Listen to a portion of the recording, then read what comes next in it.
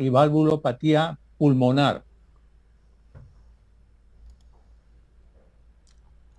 Bien, las valvulopatías aórtica pulmonar, así como la valvulopatía, las válvulas mitral y tricuspidia, son unas estructuras que se abren y se cierran bien, esto es normalmente, pero cuando estas estructuras, estas puertas, no se abren bien o no se cierran bien, ya entramos en una alteración estructural y funcional. Cuando no se abren bien, se denomina estenosis, y cuando no se cierran bien, se denomina insuficiencia. Cuando está cerrado, no debe regresar sangre, no debe dejar pasar sangre. Y lógicamente, cuando se abren estas puertas, debe dejar salir el flujo sanguíneo sin ningún problema. Pero cuando se abren mal, quiere decir que están obstaculizando el paso de este flujo sanguíneo. Por lo tanto, va a haber una repercusión tanto estructural como funcional. Entonces, nos vamos a referir en este caso a la valvulopatía aórtica, llámese estenosis, llámese insuficiencia. Siempre hay que recordar la parte anatómica, como ven en la imagen, cómo están posesionados. Las válvulas tricúspide y la válvula mitral son los orificios más grandes. Y los orificios más pequeños que están en la parte superior, tenemos a la válvula pulmonar y la válvula aórtica. Siempre la válvula aórtica está en el centro dentro de esta estructura. Acá tenemos a las válvulas cuando las aurículo-ventriculares están cerradas y las sigmoideas, tanto la aórtica como la pulmonar, están abiertas. Y en el caso de la fase diastólica, las válvulas auriculoventriculares están abiertas y lógicamente las sigmoideas están cerradas. Siempre debemos recordar los focos de ocultación, que en este momento ustedes ya deben haber repasado y deben conocer muy bien. Siempre tener estas zonas de focos de ocultación para nosotros identificar qué válvula puede estar comprometida cuando tenemos algún signo o síntoma, en este caso que podemos auscultar, como son los soplos, los ruidos cardíacos. Aquí tenemos una pieza anatómica. Vean con paciencia, vean la delimitación, el ventrículo izquierdo, VI, ventrículo izquierdo, la pared posterior que está abajo, el septum interventricular que está en el medio, el ventrículo derecho arriba, la aorta, el trayecto de salida, la válvula mitral y la aurícula izquierda. Este es un corte longitudinal, sagital. Fíjense cómo el corte de la estructura anatómica, ahora con la tecnología, uno ya puede evidenciar, estudiar a través de un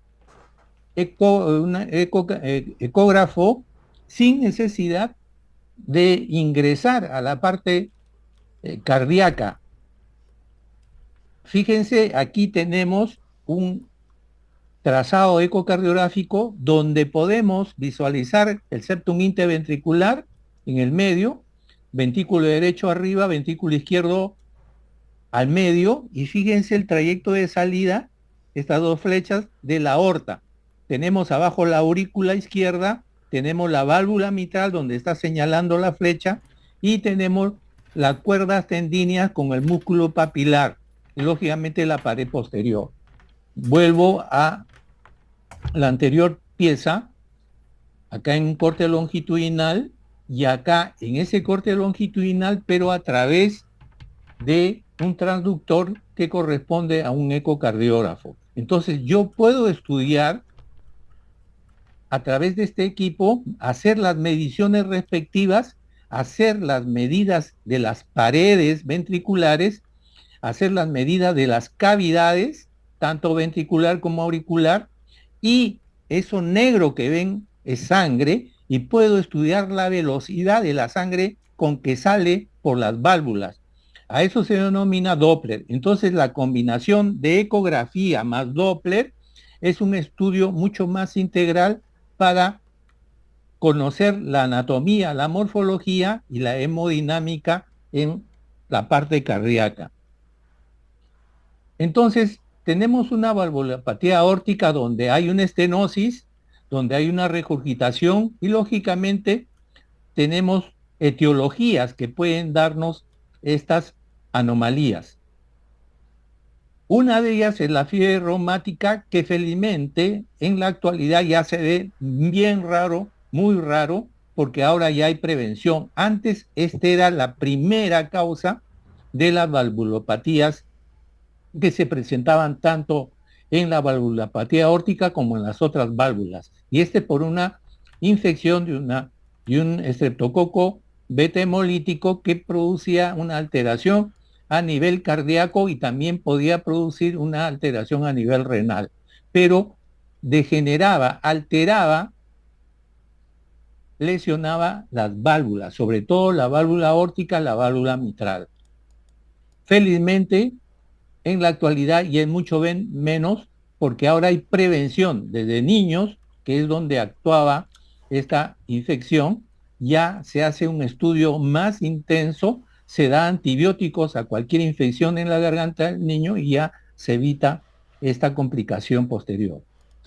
La evolución de las válvulas en cuanto a la enfermedad depende mucho la magnitud del daño valvular, la velocidad con que se instala esta infección o esta alteración, compromiso de la función ventrículo izquierdo, y esto está ligado a la severidad de la enfermedad o no. Si es leve, lógicamente el compromiso de la función también va a ser leve, pero si es severo, va a haber un compromiso muy rápido, se va a alterar mucho más rápido la estructura ventricular y por ende la parte funcional y hemodinámica. Y si este es un paciente que tiene factores concomitantes como diabetes, enfermedad renal, hipertensión, va a traer mucho más rápido el problema cardíaco en sí, en miocardio, en la función ventricular.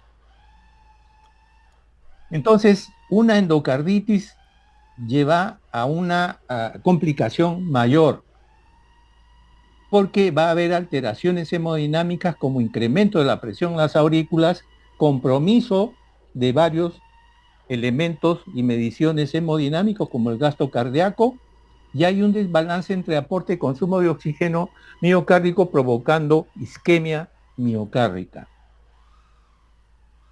Por lo tanto, esta es la válvula aórtica que nos toca repasar, conocer. Ustedes tienen a la izquierda la pantalla una válvula aórtica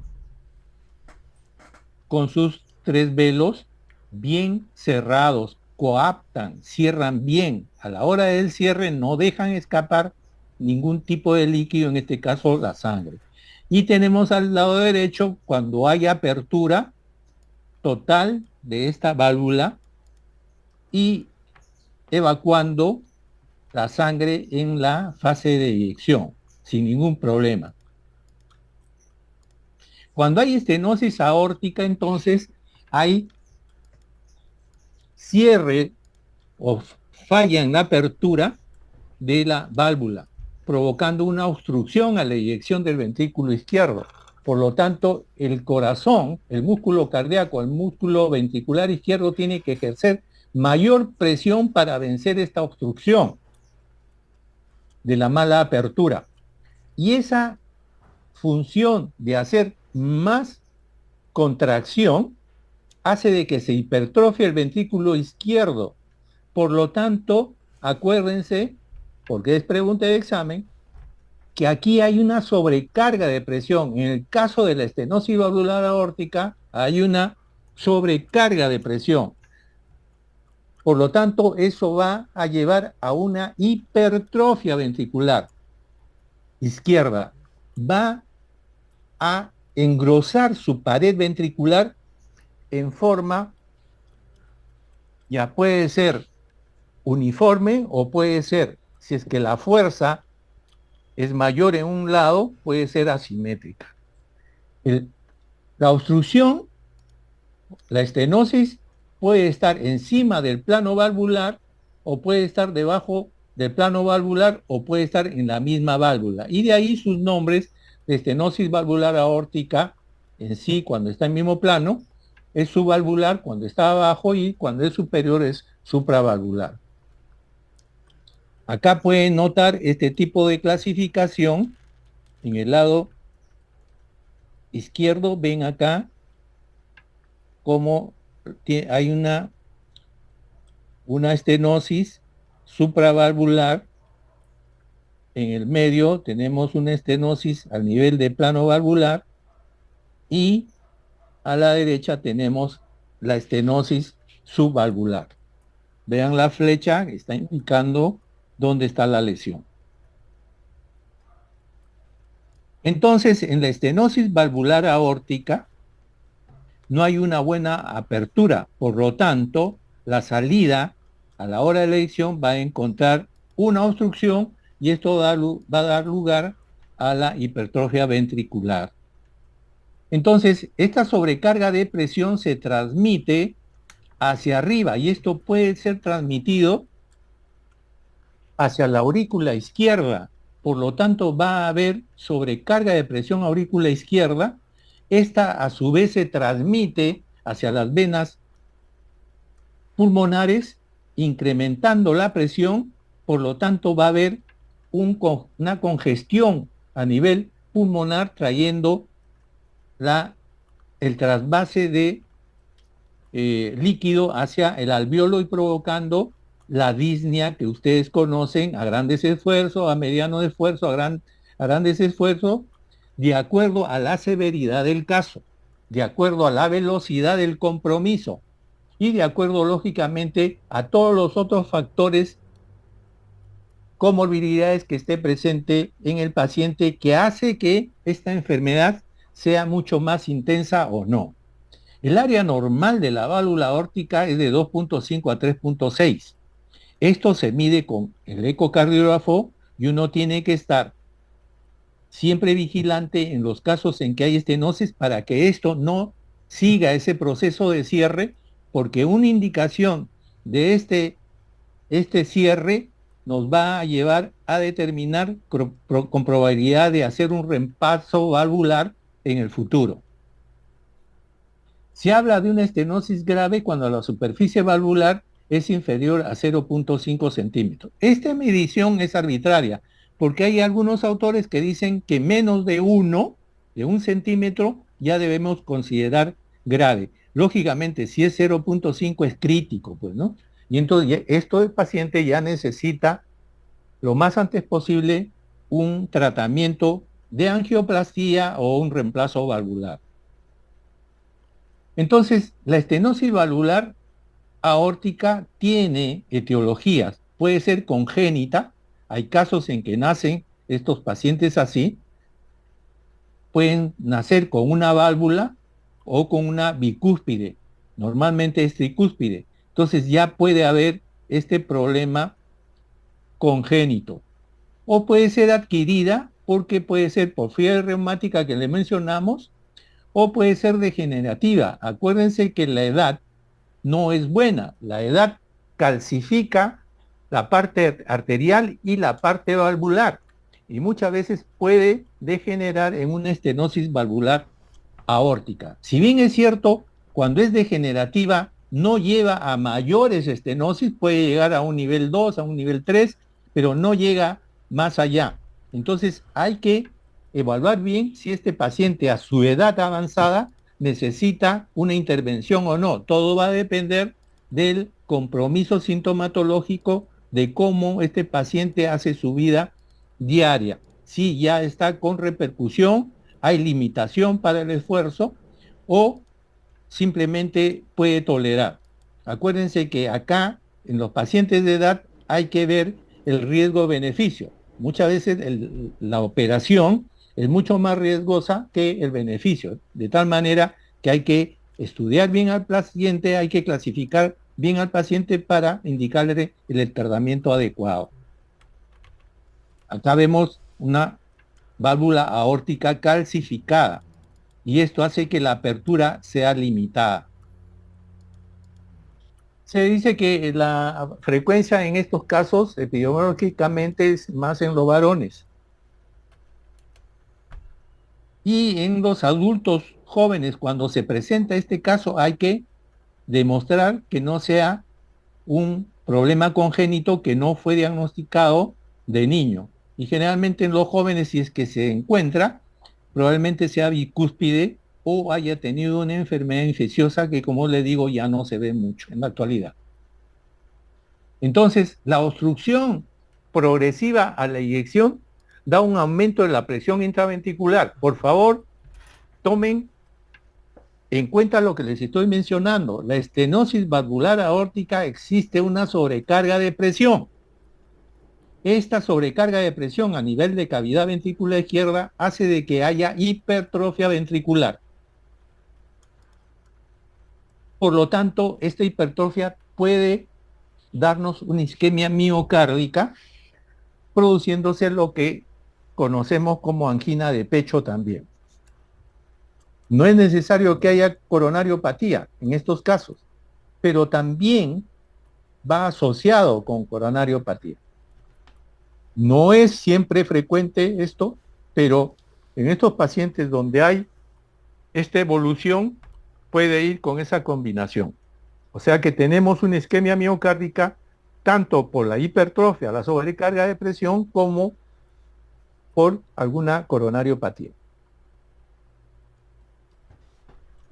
Cuando está avanzado el proceso de hipertrofia, está en una fase de mayor progresión, comienza a haber dilatación del ventrículo y esto es un signo de mal pronóstico, porque la fracción de eyección ya va a caer, porque hay mucho deterioro y no se ha controlado adecuadamente en su momento respectivo, y a veces ya es irreversible este proceso de alteración ya anatómica. Entonces, puede también asociarse a insuficiencia valvular mitral, etcétera, etcétera. Cuando hay mayor compromiso, lógicamente, la hemodinamia ventricular está más complicada.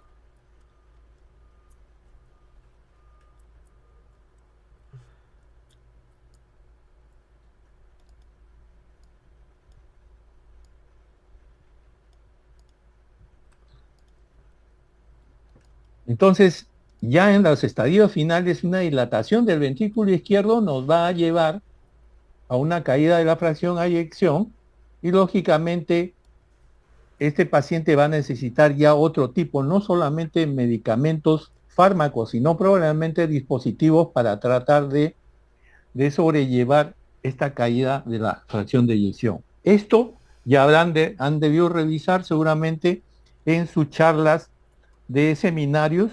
Hoy día, por ejemplo, han podido ver insuficiencia cardíaca, han podido ver toda la fracción de eyección, como hay fracción de eyección reducida, intermedia o preservada.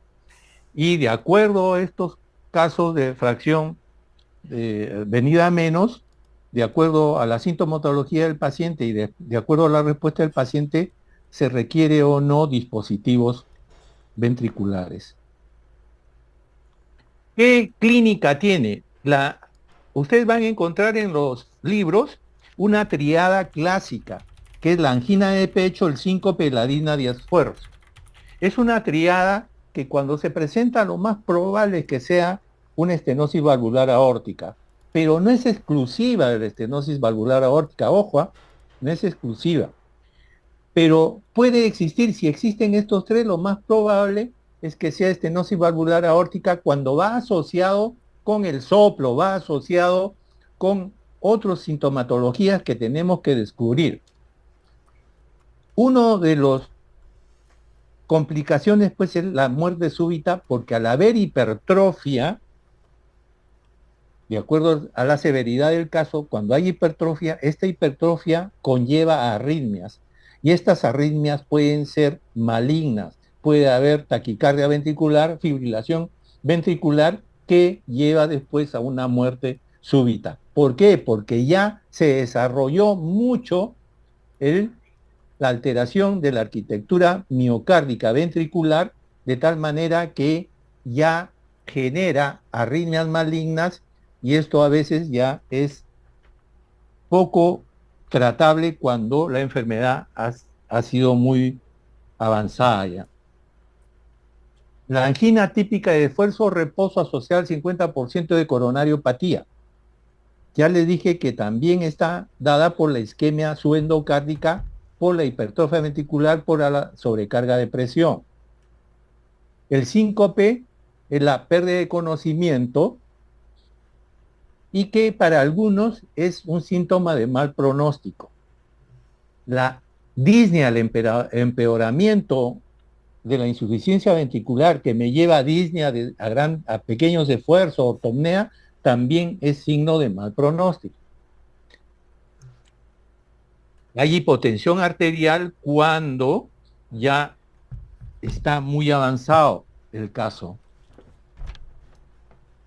Acá tenemos la disnea de esfuerzo. ¿Por qué?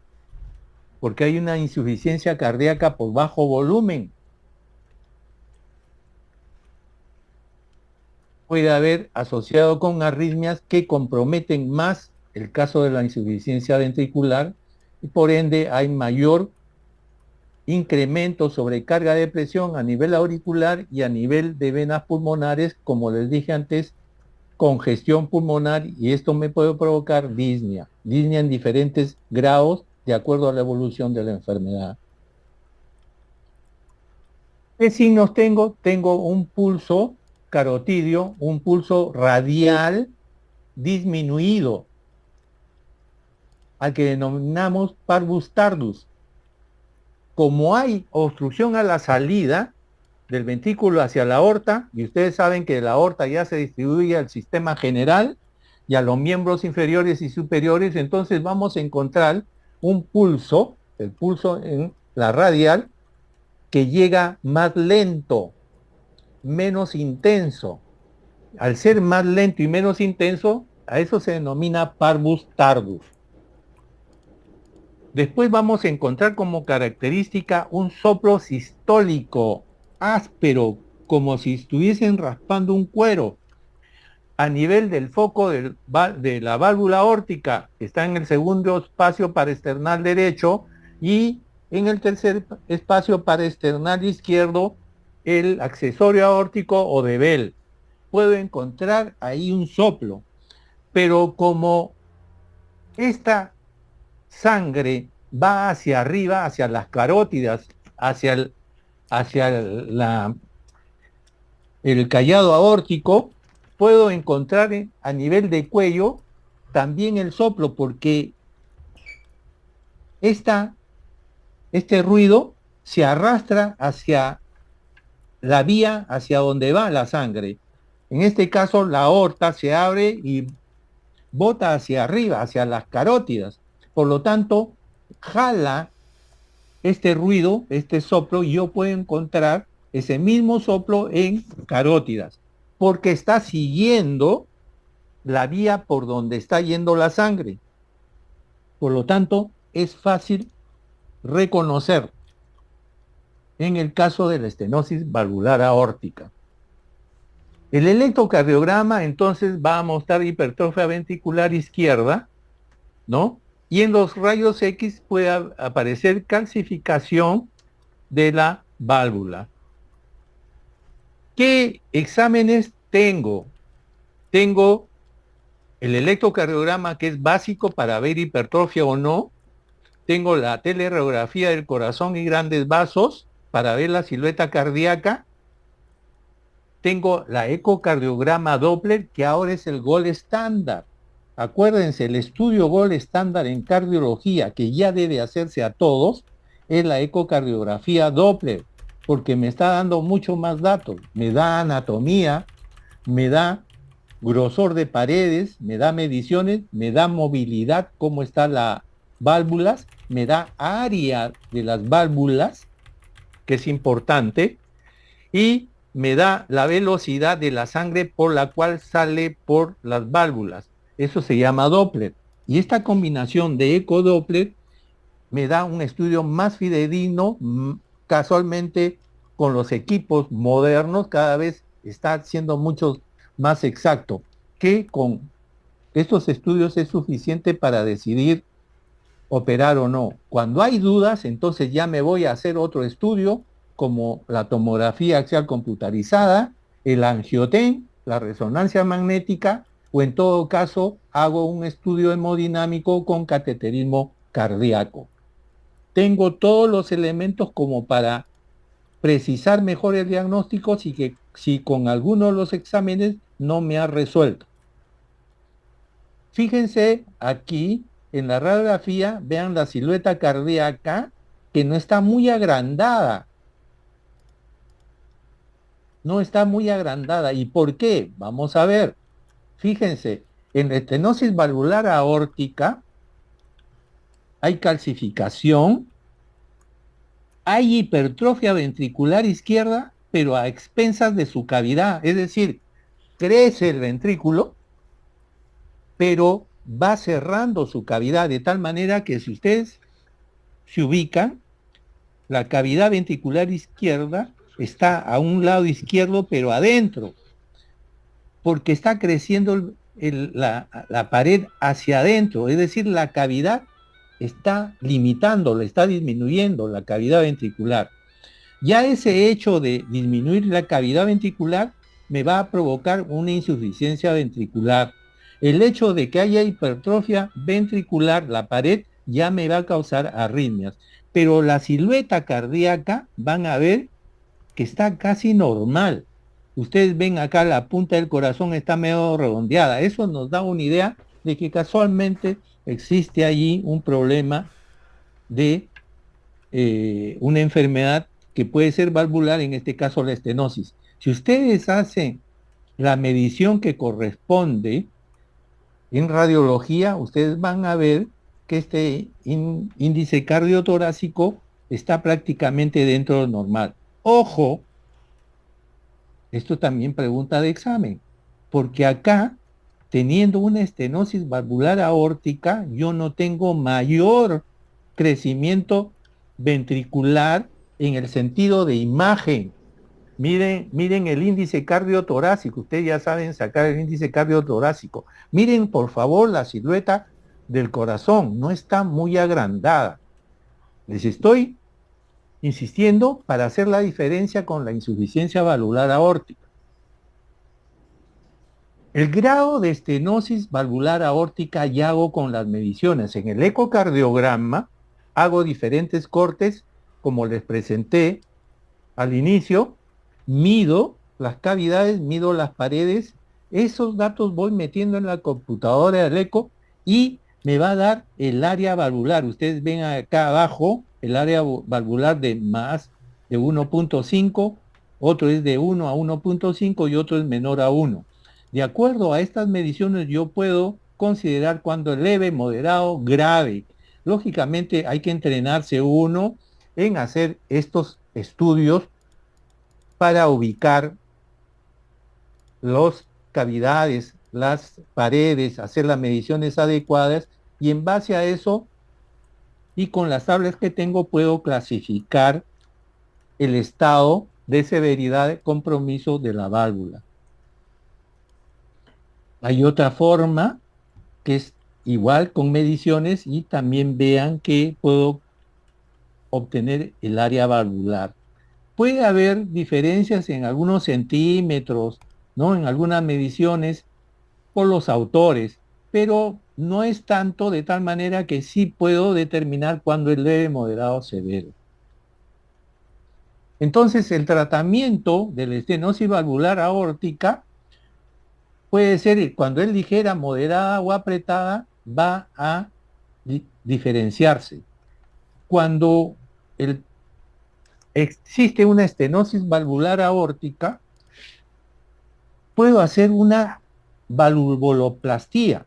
¿Qué significa? Yo meto un catéter, ustedes están viendo ahí, meto un catéter por la arteria aorta y llevo este balón que ustedes ven acá está ya inflado, pero es un catéter que va desinflado y coloco a nivel donde está la válvula cerrada, meto por el agujerito donde está y ahí en el medio lo dejo y insuflo para que la válvula se abra.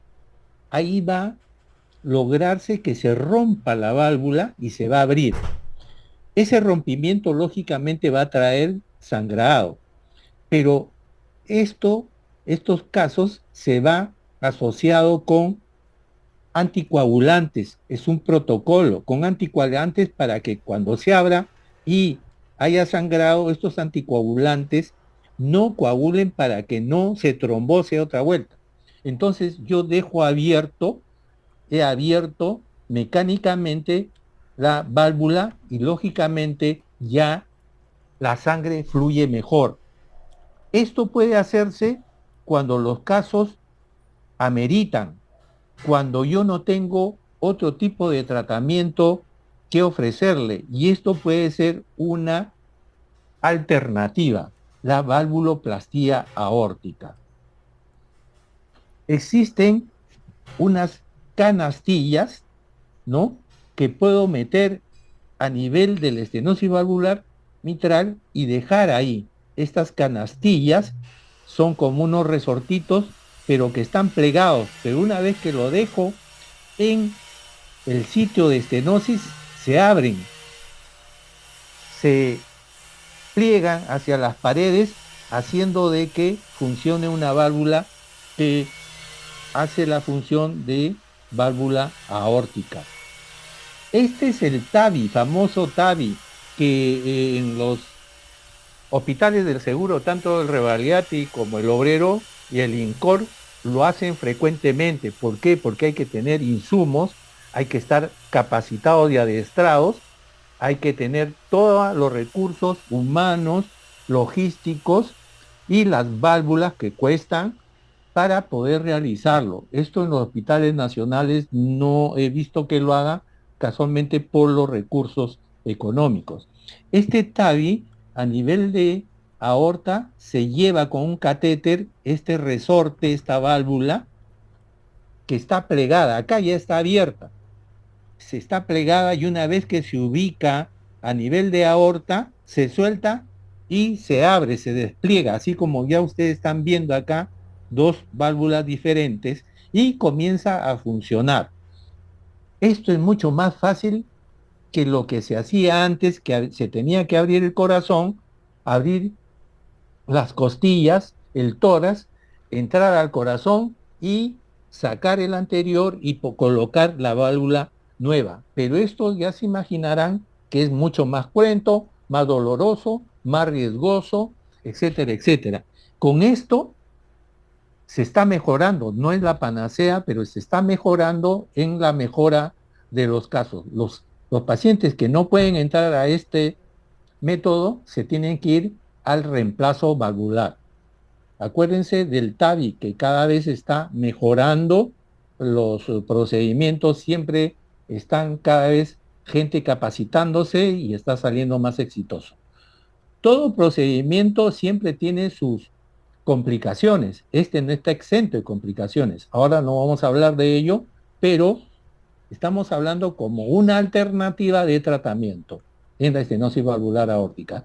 Por lo tanto, hay indicaciones, no cualquier paciente con estenosis valvular aórtica puede entrar, tiene que haber unas indicaciones y tiene que haber contraindicaciones también del TAVI, no todos hacen, no todos pueden ir. Y existe el otro tratamiento quirúrgico que es el reemplazo valvular. Hay reemplazo mecánico como hay reemplazo biológico. ¿Cuál es la diferencia? El mecánico es un metal especial, no es cualquier metal, es un metal especial, lógicamente es mucho más duro, dura más, y existe otra prótesis biológica que es de tejido humano o de tejido animal. ¿Cuál es la diferencia? Es que el mecánico de todas maneras va a producir trombos, por eso que tiene que ser siempre anticoagulado, y en cambio el biológico no produce trombos, pero su durabilidad no es tan larga como el mecánico, si es que se hace todas las limpiezas, diligencias, todas las normas que señala para mantener bien estas válvulas. Y la valvuloplastía aórtica que ya mencionamos. Aquí tenemos la prótesis mecánica, aquí vean las válvulas, Hay diferentes tipos de válvulas. A través de los años cada vez se mejora la válvula. Aquí ya entra la ingeniería médica y estos son las válvulas que se pueden usar. Acá tenemos la prótesis biológica que está reforzado por tejido humano o tejido animal. Y acá ustedes están viendo cómo se coloca cuando se abre el corazón. Acá el corazón ya la costilla, las costillas, el tórax está abierto y acá el corazón también está abierto y está a nivel valvular. Y ya han sacado el tejido malo valvular y están colocando la válvula nueva, están implantando una válvula nueva. Este procedimiento dura 6 horas, 7 horas, 8 horas, 10 horas, de acuerdo a que tenga o no complicaciones y de acuerdo también para el tipo de paciente. Bueno, hasta ahí la estenosis valvular aórtica. La insuficiencia valvular aórtica, entonces todo lo contrario. ¿Qué cosa es la insuficiencia valvular aórtica? La insuficiencia valvular aórtica se da en fase diastólica. Fíjense lo que yo estoy mencionando, ¿eh? ¿En qué siglo se está dando? En fase diastólica, mientras que la estenosis se daba en fase sistólica. Este se da en la fase diastólica. ¿Qué cosa hay acá? Hay un regreso de la sangre porque no se cierra bien, es decir, acá hay un mal cierre de la válvula aórtica. Por lo tanto, la sangre regresa ¿hacia dónde? Hacia el ventrículo izquierdo. Entonces, ¿qué va a pasar con el ventrículo izquierdo? Acá hay una sobrecarga de volumen, que es totalmente diferente a lo que hemos visto en la estenosis valvular aórtica. Vimos que en la estenosis valvular aórtica era sobrecarga de presión. Acá es una sobrecarga de volumen, de líquido, totalmente diferente. Por lo tanto, al haber sobrecarga de volumen, esto es como si fuese un globo que uno llena de agua y va a crecer ese corazón. Se va a distender, pero a expensas de su pared. Acá no va a haber hipertrofia, acá lo que va a haber es dilatación, la pared se va a adelgazar. De tal manera que cuando yo hago un ecocardiograma, lo que voy a ver ya no va a ser hipertrofia, sino lo que va a haber es dilatación. Y la pared ya no va a estar gruesa, sino más bien delgadita. Así como llenamos un globo con agua y después lo vaciamos, van a ver que el globo queda fofo, queda distendido a expensa de su pared que se adelgazó. Así va a suceder acá en la insuficiencia valvular aórtica. De tal manera que ya pueden imaginarse que esta estructura también al llenarse de líquido va a ser insuficiente en algún momento determinado y lo que va a traer es la insuficiencia cardíaca, congestión a nivel auricular y congestión a nivel de venas pulmonares y congestión a nivel de pulmón, porque va a haber trasvase y va a haber congestión en diferentes grados. Entonces, la insuficiencia valvular aórtica, hay una falta de coaptación adecuada de las válvulas, hay un reflujo de sangre, por lo tanto, el ventrículo izquierdo se llena de sangre, sobrecarga de volumen. Acá pueden tener una idea, la imagen que está a su derecha, como a la hora de la diástole debe estar cerrada, pero regresa sangre hacia el ventrículo. La flecha me indica que está regresando sangre hacia el ventrículo, está sobrecargando de volumen. Cuando uno hace un estudio, hay gente que podemos tener un grado de insuficiencia leve que no lleva a un trastorno hemodinámico, pero por alguna razón, llámese edad, llámese factor genético, llámese alteración estructural, puede existir, ¿no? Pero no debe producir mayor alteración morfológica, estructural y menos hemodinámica. Lógicamente, esta prevalencia siempre aumenta con la edad y la relación hombre-mujer siempre afecta más al hombre. ¿Puede haber insuficiencia aórtica aguda? Claro que sí. Cuando hay una infección o cuando hay una disección aórtica aguda o puede ser traumática en los choques que hay de los carros y el timón aprieta el tórax, puede haber bruscamente un traumatismo y puede provocar una lesión valvular y puede haber una insuficiencia valvular aórtica aguda. Cuando se dan en forma aguda es mucho más dramática, más severa y más mortal que cuando es crónica porque el corazón se va adaptando. Por lo tanto, una aguda ya estamos imaginando todo el dramatismo que produce esta enfermedad. ¿Tenemos anomalías crónicas? Claro que sí. Ya les dije que la reumática inflamatoria antes era común, ahora hay menos, mucho menos, pero no hay que dejar de pensar porque si nos descuidamos, así como vuelven los virus, puede venir esta enfermedad y provocar nuevamente una pandemia en los pacientes de menor edad en las cuales dejamos de prevenir. Por eso es que ya los pediatras están advertidos, los otorrinos están advertidos que en los niños cualquier infección inmediatamente antibiótico y hacer un seguimiento con los exámenes laboratoriales respectivos, ¿no? Hay las anomalías bicúspide, la comunicación interventricular alta que da alteración a nivel valvular aórtico y la hipertensión severa cuando en algún momento determinado ya puede alterar la válvula aórtica y eso conllevar a un mal cierre de la válvula.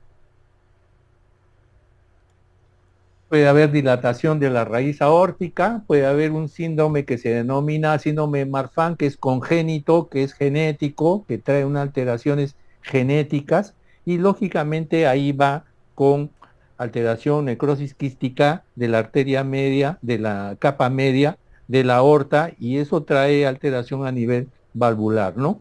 Lógicamente el síndrome de Marfan va asociado con otras anomalías como problema de visual.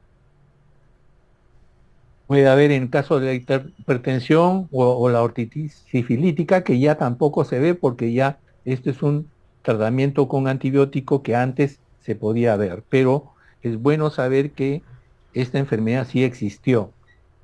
La espondilitis anquilosante que también puede provocar. Entonces, ¿qué se produce acá? Una sobrecarga de volumen y esto trae una alteración hemodinámica.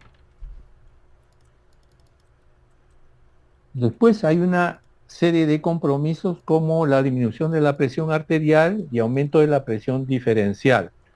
Es decir, entre la diástole, la sístole y la diástole va a haber una diferencia mayor que nos puede inducir a pensar cuando encontramos una presión, por decir 150 con 50 de diastólica, puede sugerirnos que puede estar metido una insuficiencia valvular aórtica. ¿Qué signos y síntomas tenemos? Tenemos disnea de esfuerzo que nos va a traer por la congestión pulmonar. Disnea que está a diferentes grados, desde el grandes esfuerzos a pequeños esfuerzos, a reposo, disnea paroxística nocturna, ortopnea, tripopnea y el extremo de esta insuficiencia ventricular, de esta congestión pulmonar es el edema agudo pulmonar que es severo. Podemos tener angina de pecho, podemos tener palpitaciones, mareos, ¿no? Y lógicamente, lo que mencionaba, la insuficiencia cardíaca, llevarme al edema agudo pulmonar. Hay diferencia en la presión arterial, como le mencionaba. Hay un pulso de Corrigan o pulso Celer, que es como el martillo agua. En este caso, a diferencia de la estenosis valvular aórtica, acá el pulso es fuerte, intenso, pero también es colapsante. Vamos a sentir que hay un pulso fuerte, pero también cae rápido. Este se llama pulso colapsante, pulso de Corrigan o Celer. Y este mismo hecho de que el pulso, el volumen sistólico sea fuerte y después haya una caída, da lugar a un signo de Muset. Muset es un movimiento de la cabeza como si yo estuviese afirmando, como si yo estuviese diciendo sí con la cabeza, por el colapso, es el llenado rápido a la salida, porque la salida está bien, en caso de la insuficiencia la salida está bien, pero hay un colapso rápido que hace de que la cabeza haya ese movimiento como si yo estuviese diciendo sí o estuviese afirmando. Esto se denomina signo de Muset. Para algunos autores esto es signo de gravedad. La presencia de esto me está diciendo que es una insuficiencia valvular aórtica de moderada a severa. Tenemos el signo de Quinque que se puede ver en el lecho unguial. Ustedes presionen y van a ver cómo pulsa, cómo se apaga, se prende. Cuando esto es mucho más intenso, me está hablando de que pueda existir una insuficiencia valvular aórtica. Y así existen unos signos y soplos que ya trae de acuerdo a la severidad del caso. No todos estos signos y síntomas aparecen en un paciente. Todo va a depender de la severidad del caso. El signo de Müller es de la úvula. Así como le dije que la cabeza se mueve, la úvula también se puede tener ese movimiento, de un movimiento por la sístole que se da y la diástole que hay caída de la presión. Entonces puede haber un choque de punta más intenso y lógicamente va a haber un soplo diastólico. Así como en la estenosis hubo un soplo sistólico, acá un soplo diastólico. Y el soplo diastólico es de bajada, es decir, regresa la sangre hacia el ventrículo. Por lo tanto, esto ya no se va a irradiar hacia carótida, sino más bien va a ir hacia bajo. O sea, se ubican en el foco aórtico y el soplo va a ser hacia abajo, un poco hacia abajo, en el borde external izquierdo, pero un poco hacia abajo. Y el soplo de Austin Flynn, que es un soplo que se produce a nivel de válvula mitral porque hay una onda que cuando cae la sangre por la válvula aórtica, esta onda va hacia la válvula mitral y puede producir un soplo a ese nivel que se denomina Austin Flynn. Hay un soplo holodiastólico, hay un choque de punta más hiperkinético, hay un pulso célero saltón, acuérdense del tipo de pulso, y hay signos periféricos, ¿no? Y después ahí tienen una serie de datos que se complementan. Vuelvo a repetir, no todo esto puede existir en un paciente. Puede haber 5 o 6 de estos que me hacen pensar en una insuficiencia valvular aórtica. ¿Qué procedimiento diagnóstico igual que el anterior?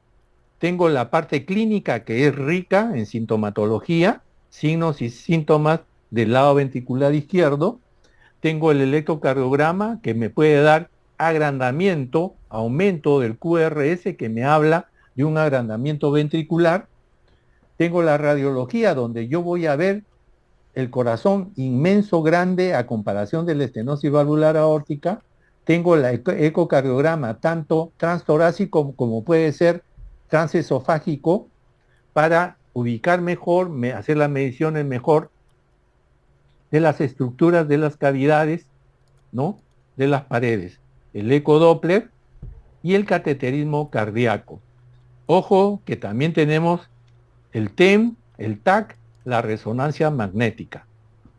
Acá tenemos lo mismo que estoy mencionando y una serie de estudios que se pueden realizar para mejorar el diagnóstico.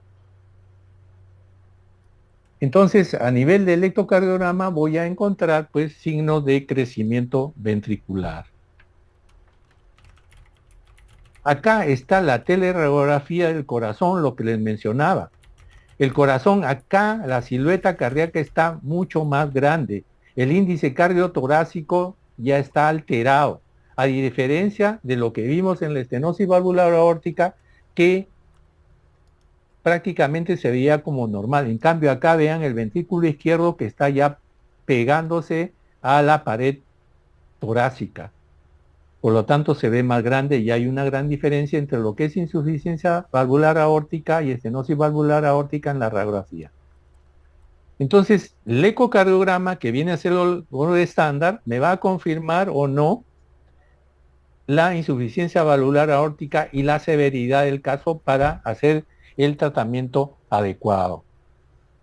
El tratamiento entonces va a depender de muchos factores, ¿no? Allí pueden tener como la válvula, cuánto tiempo tiene, qué síntomas tiene el paciente, desde cuándo, ¿no? Y hay muchas preguntas y datos que nos van a ayudar a determinar la severidad. El tratamiento médico, a esto se refiere a un tratamiento farmacológico. Siempre se empieza por los cambios de estilo de vida. Esto quiere decir limitación en el volumen, bajo en sal, evitar comida chatarra, no hacer sobreesfuerzo, ¿no? Y no aumentar de peso o bajar de peso, ¿no? Cuando el paciente tiene todo esto y no consigue estabilizarse hemodinámicamente, entonces ya vamos a los siguientes pasos. El tratamiento quirúrgico. Entonces, el tratamiento quirúrgico también hay que sopesar la edad del paciente, las complicaciones que puede tener el paciente y el riesgo-beneficio. Se hace un seguimiento de todos estos pacientes en todos sus niveles de severidad y en todos los niveles de tratamiento, o sea, que alguien se quedó solamente con tratamiento farmacológico o con tratamiento, por supuesto, de reemplazo valvular, ¿no? Entonces, de acuerdo a eso, uno ya programa cada 2 meses, cada 6 meses, de acuerdo a cómo va el paciente para hacer un seguimiento. Y cada 6 meses o anual se hace un estudio ecocardiográfico para ver cómo está funcionando la válvula. O sea, yo puedo hacer un seguimiento de la válvula que he colocado como prótesis de reemplazo valvular en estos pacientes.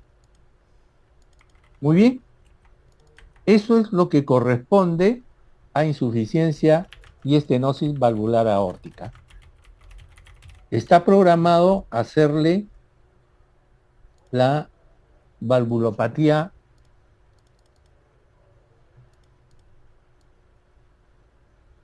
pulmonar.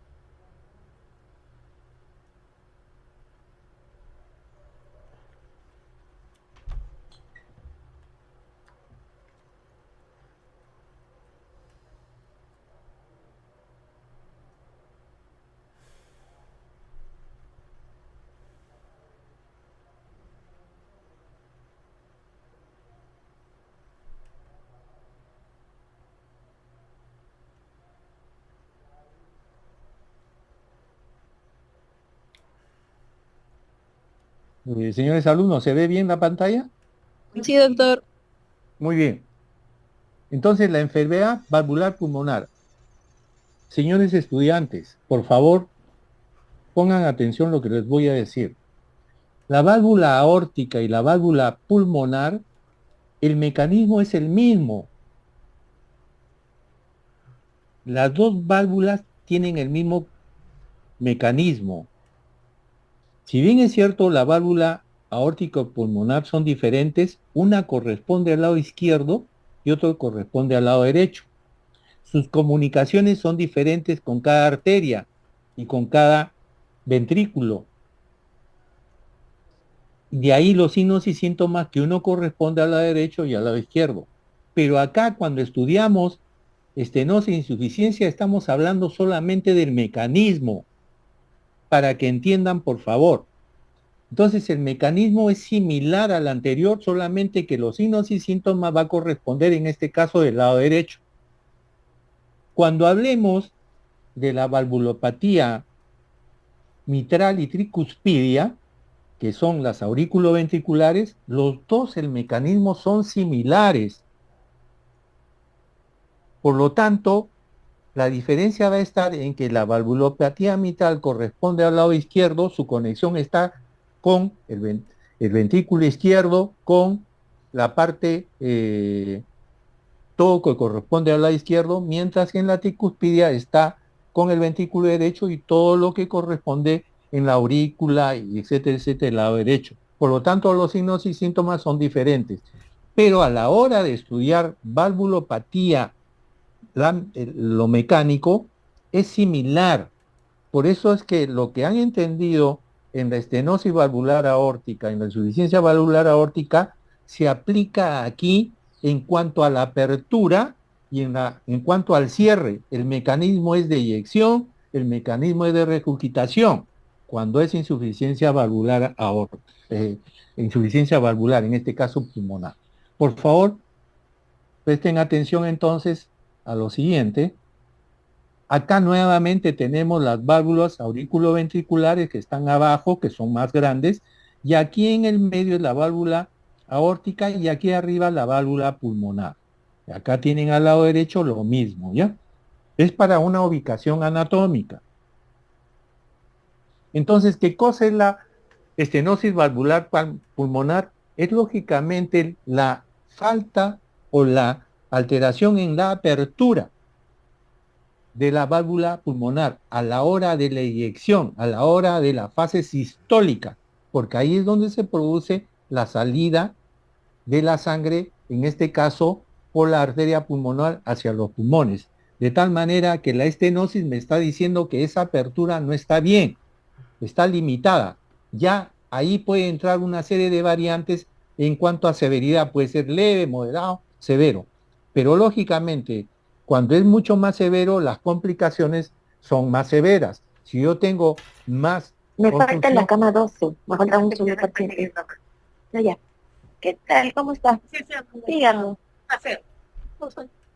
No, no, yo estoy recién en el a área. ver que cierren ahí, por favor. Ah, ya. Lo que pasa es de que a mí me asignan 3 camas de este lado al día y 3 camas del otro lado. Son 6 pacientes al Pueden día. avisar Y hoy a día me habían cortar, a ver, programado la cama 12, 9 y el paciente de la cama 7. pueden avisar a O sea, me faltaría el cama 2. Pero mañana puedo agregarlo a la lista. Ujú. pueden avisar para que cierren la...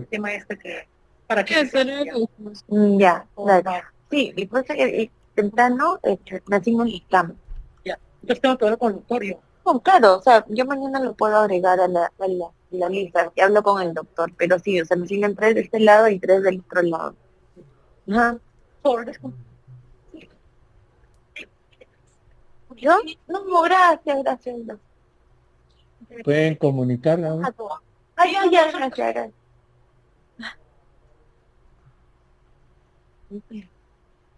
Identifiquen quién es la persona, ¿ya? Tienen que tener cuidado. Entonces, No, está bien, se descompone. O sea, como que olvida la actividad. Gracias, gracias. pueden avisar, por favor. Hola, Liz. Diandra. Diandra. Sí, Sí. doctor, Yo estoy estoy que lo haciendo la llamo. sala 1 y la sala 2. Entonces, de allá me ponen 2 pacientes, porque son 6 pacientes de Pero turno. yo tenía sabido que Ya. estaba bloqueado la micrófono a ustedes. Ya, ya estoy, entonces mañana me... Ya, bien. Doctor, me parece igual usted la puede mutear. Ya. Sí,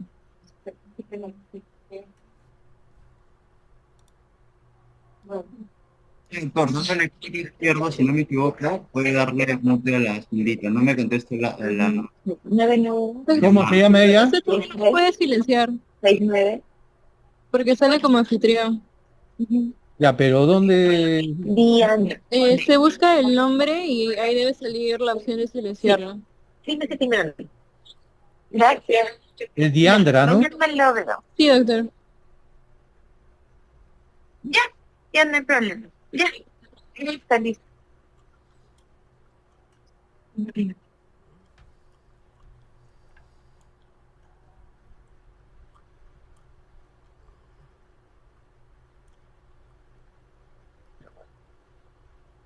Bueno, Ya, entonces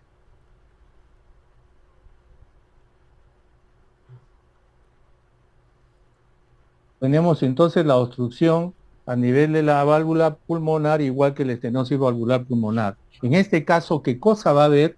Va a tener que ejercer una mayor presión el ventrículo izquierdo para poder vencer, perdón, el derecho para poder vencer a la estenosis de la válvula pulmonar. Por lo tanto, va a ejercer una sobrecarga de presión y lo que va a dar es una hipertrofia ventricular derecha.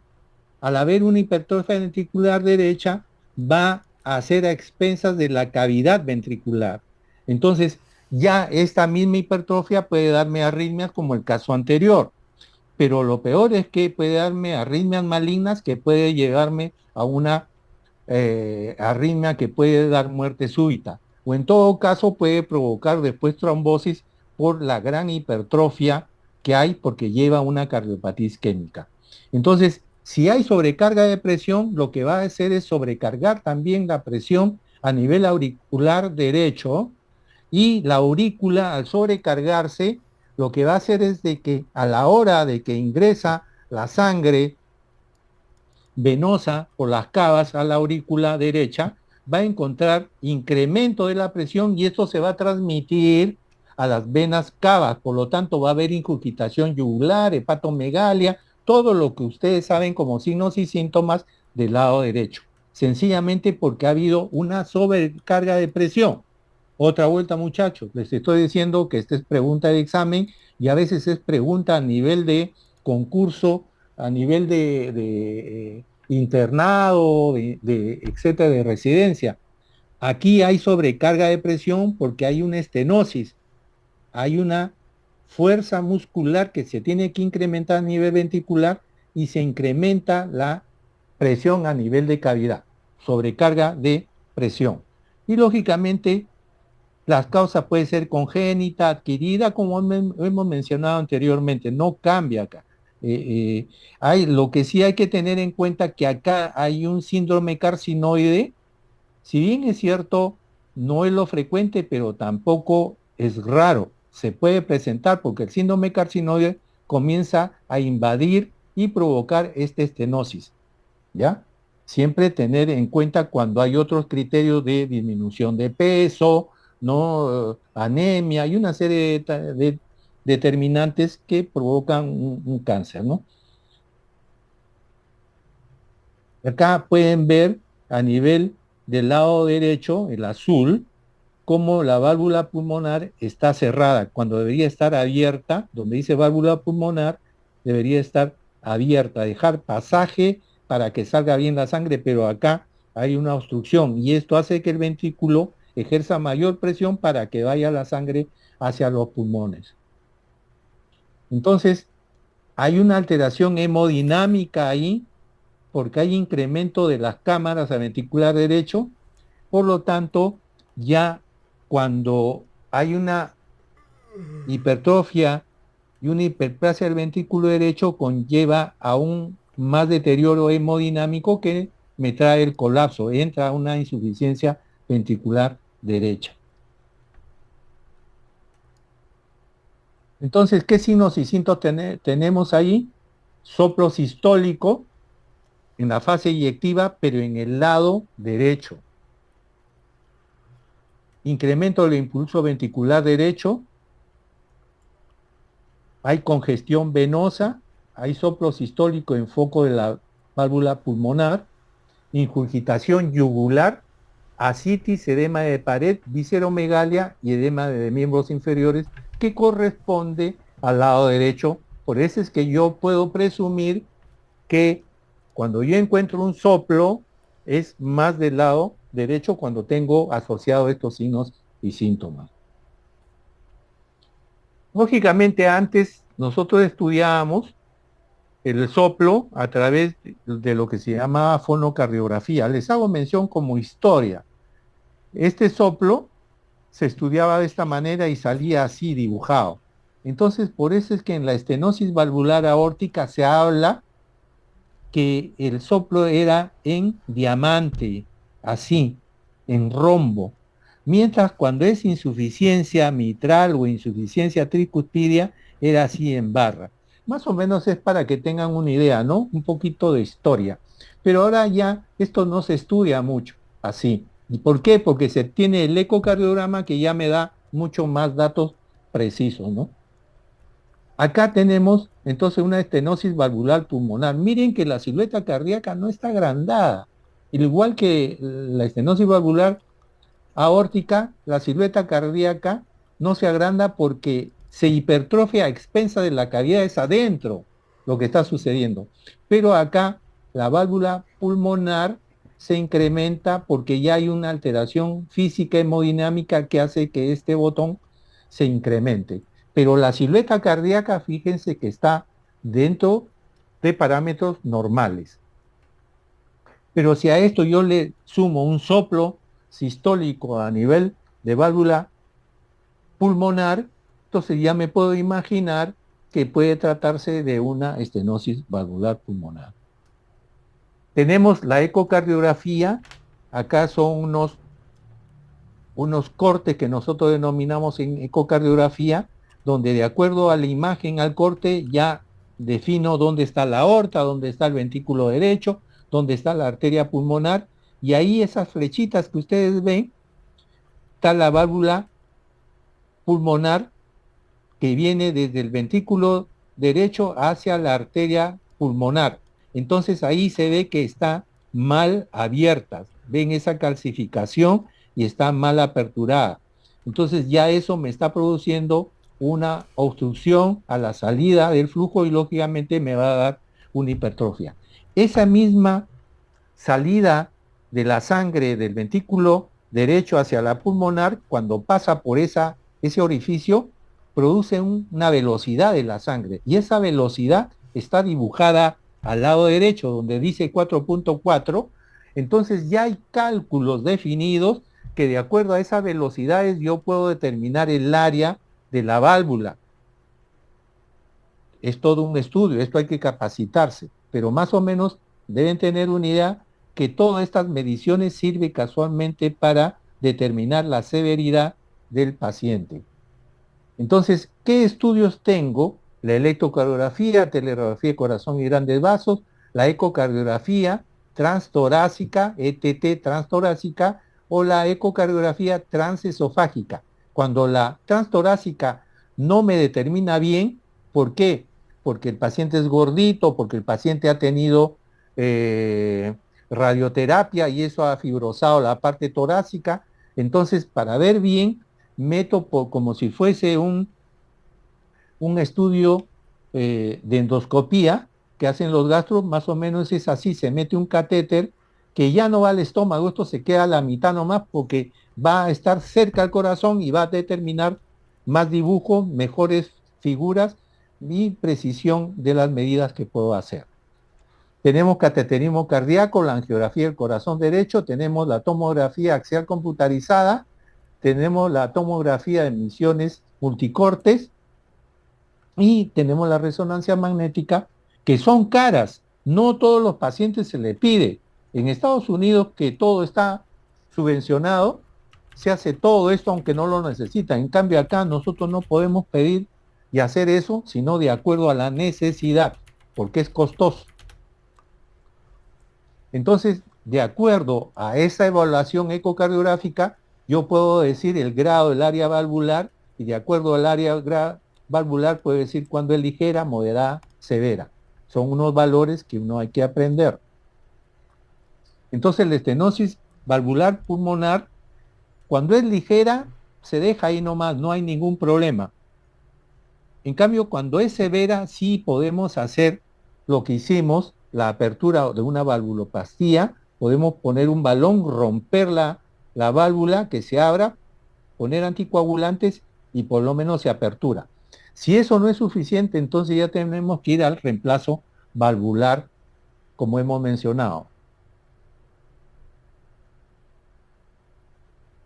La estenosis pulmonar leve tiene un pronóstico bueno, pero la severa ya hay que tener un tratamiento con valvuloplastia o en todo caso a reemplazo valvular.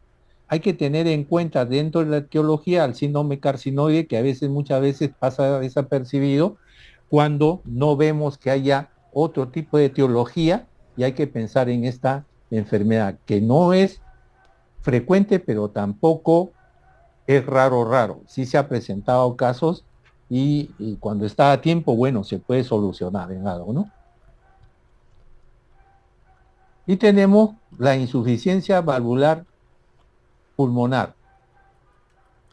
La insuficiencia valvular pulmonar, aquí el problema es en la fase diastólica y su mecanismo de regurgitación, es decir, no cierra bien la válvula y regresa sangre. ¿De dónde? De la arteria pulmonar hacia el ventrículo derecho. Por lo tanto, ¿qué regresa? Volumen. Por lo tanto, el ventrículo, ¿qué va a recibir? Volumen sanguíneo. Va a haber una sobrecarga de volumen, ya no es una sobrecarga de presión. Y al haber sobrecarga de volumen, lo que va a traer es dilatación. Va a crecer el corazón a expensas de su pared que se va a adelgazar. El ejemplo del globo que ya les dije se aplica también aquí. ¿Qué causas tiene? Congénita, adquirida, ¿no? Ahí pueden ver que la endocarditis siempre ha sido una etiología común, que en este momento está controlado.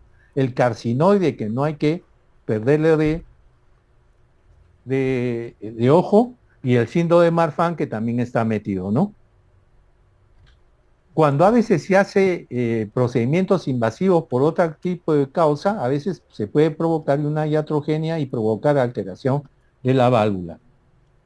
Acá tienen ustedes, en el lado izquierdo, un corazón normal, y al lado derecho, como en la arteria pulmonar, como a la hora del cierre, hay reflujo, regresa sangre hacia el ventrículo derecho, por lo tanto se va a sobrecargar de volumen.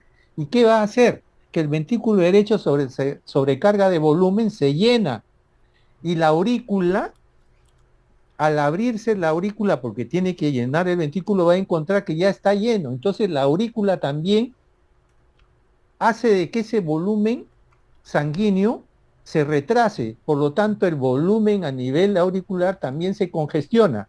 ¿Y qué va a traer? Que las venas cavas superior e inferior también se congestiona, dando por resultado ingurgitación yugular, igual que la anterior, congestión venosa a nivel de miembros inferiores, circulación colateral, ascitis, hepatomegalia, pero en este caso por el mecanismo de sobrecarga de volumen. En caso de la estenosis será sobrecarga de presión, este es sobrecarga de volumen, pero da los mismos signos y síntomas. El mecanismo, tanto en la estenosis como en la insuficiencia, son diferentes. Entonces, ¿qué signos y síntomas tengo ahí? Lo mismo que el anterior. Hay un soplo, en este caso va a haber un soplo en la fase diastólica, hay un soplo de Graham-Still, hay ingurgitación yugular, la ascitis, la visceromegalia, edema inferiores. Por supuesto, todo esto de acuerdo a la severidad. Más severo, más signos y síntomas. Menos severos, no puede haber todos estos signos y síntomas. ¿Qué estudio tengo? La ecocardiografía, que me va a ayudar un montón. Acá tengo lo mismo que les decía, cómo se estudiaba antes los soplos. ¿Qué estudios tengo? La electrocardiografía, telerografía de corazón y grandes vasos, ecocardiograma Doppler, cateterismo cardíaco, tomografía axial computarizada, el TEM, y la resonancia magnética.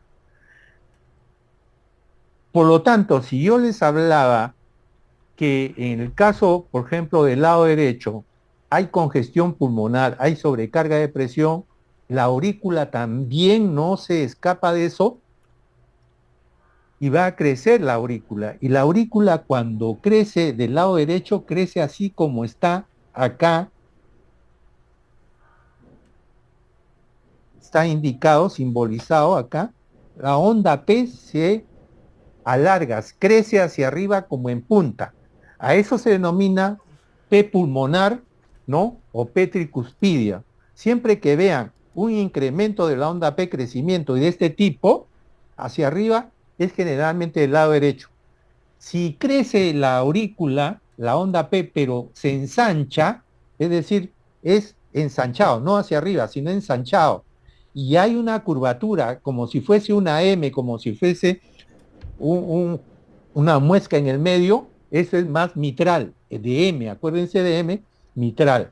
Cuando es hacia arriba, más pulmonar tricuspidio. Esos son unos datos que puede ayudar. No todos presentan, pero si aparece, nos puede ayudar en el diagnóstico electrocardiográfico. Y la ecocardiografía del ventrículo derecho hipertrofiado se acompaña de hipertensión pulmonar, ¿no? Un movimiento anormal o paradójico de tabique interventricular. También es posible apreciar la imagen del aleteo o flúter sobre la válvula tricúspide. Entonces, acá hay una serie de datos que corresponden más a la ecocardiografía, para hacerles ver que con la ecocardiografía hay una serie de datos, detalles para mejorar la visualización. Ahí tenemos ecodoppler color, ¿no? Y ahí estamos acá al otro lado a la derecha, en blanco y negro, cómo estamos midiendo ven ese dibujo como un cono, es porque está señalando esa parte de medición. Nuevamente, de acuerdo a las medidas, yo puedo decir cuándo es severo o no y cuándo hay congestión pulmonar con problemas de fracción de eyección conservada o no. Esto me puede ayudar a ver y precisar en el caso de insuficiencia cardíaca. Y el cateterismo cardíaco en el caso de pacientes que son más difíciles para ver qué está ocurriendo a nivel de válvula pulmonar, para ver si se reemplaza o no la válvula cuando los casos son más difíciles. Entonces, el tratamiento de la insuficiencia pulmonar habitualmente no requiere tratamiento, salvo que produzca ya de una sintomatología mucho más evidente que el reemplazo valvular pulmonar, no queda otra cosa que realizar. Entonces ahí tenemos el tratamiento farmacológico que siempre empieza desde un régimen higiénico dietético, sintomatológico. Si los síntomas no son controlados por el tratamiento farmacológico, entonces vamos al reemplazo, el recambio valvular. Todo esto se hace en una junta médica, no corresponde solamente a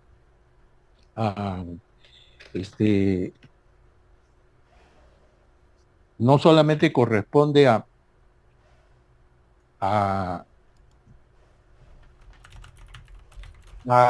querer recambiar, sino se trata de ver cómo se puede mejorar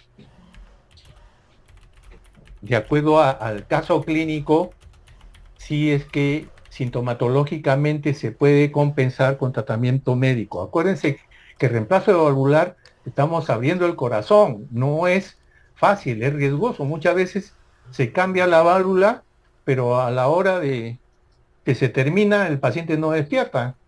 ¿Por qué? Porque hay muchos factores, criterios que suceden durante la operación. Una operación más prolongada, el riesgo es mucho mayor. No se puede estar anestesiando al paciente por muchas horas.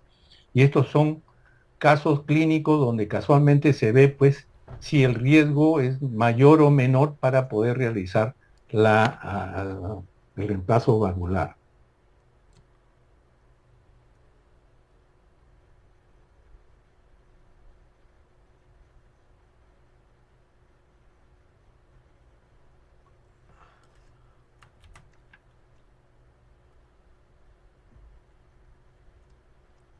Un ratito que se me ha...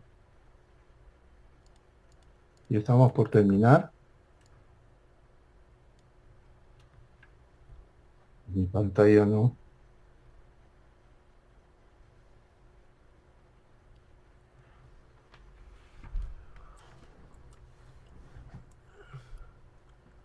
¿Corre o no? ¿Se ve?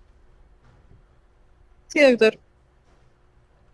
No, pero la diapositiva ha cambiado. Sale en tratamiento de insuficiencia pulmonar. Sí, en eso mismo, no ha cambiado, ¿no? No, doctor. Un ratito.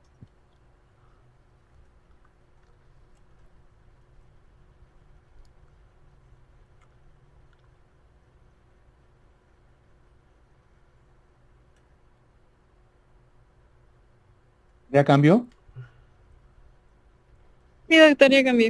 Ya, perfecto. Entonces, miren, el tratamiento quirúrgico, les he traído un esquema, una diapositiva para que vean que el tratamiento quirúrgico, el hacer el estudio es en una sala especial. Fíjense todos los equipos que hay ahí. Acá, lógicamente, están recién preparando el caso, pero acá entran como 6 o 8 personas cuando hay un tratamiento quirúrgico, es un montón. Y todo tiene que estar esterilizado, todo tiene que estar medido y controlando al paciente. Como le digo, la operación puede salir exitosa, pero a la hora de despertar el paciente no despierta. Esos son los casos que han ocurrido. ¿Por qué? Porque hay patrones hemodinámicos que no se ha llevado, no se ha controlado bien. Entonces, cuando hay un tratamiento quirúrgico, cuando hay una regurgitación severa, cuando hay evidencia progresiva de esta enfermedad, cuando hay más disfunción sistólica del ventrículo derecho, ¿no? O en aquellos pacientes que tienen cardiopatía congénitas que además de la insuficiencia valvular pulmonar, hay un defecto congénito que hay que tratar de corregir, ¿no? Con una insuficiencia pulmonar residual importante. Aquí tenemos el tipo de válvula, ¿no? Acá se menciona que la prótesis, más que la mecánica, la biológica es mejor. ¿Por qué? Porque cuando hay insuficiencia pulmonar, las presiones son menores a comparación de las presiones que maneja la aorta. La aorta maneja unas presiones severas. Por eso es que en la aorta a veces es preferible el empleo de prótesis mecánicas que son mucho más durables por el tipo de presión que maneja la aorta. En cambio, la pulmonar maneja presiones más bajas y entonces se necesita una prótesis biológica que da menos trombos, no coagula y puede soportar el tipo de presión que tiene la válvula, la pulmonar. Bueno, hasta ahí. Y el seguimiento, como hemos hablado, el seguimiento es cada 6 meses, cada año, siempre que se vea las condiciones del paciente, ¿no? Si el que está más estable, se puede hacer cada 6 meses, hacer ecocardiografía, y el que está menos inestable, cada 2 meses. ¿No? Muy bien, ¿hasta aquí alguna pregunta, por favor? No, claro, doctor. Bueno, son las 4.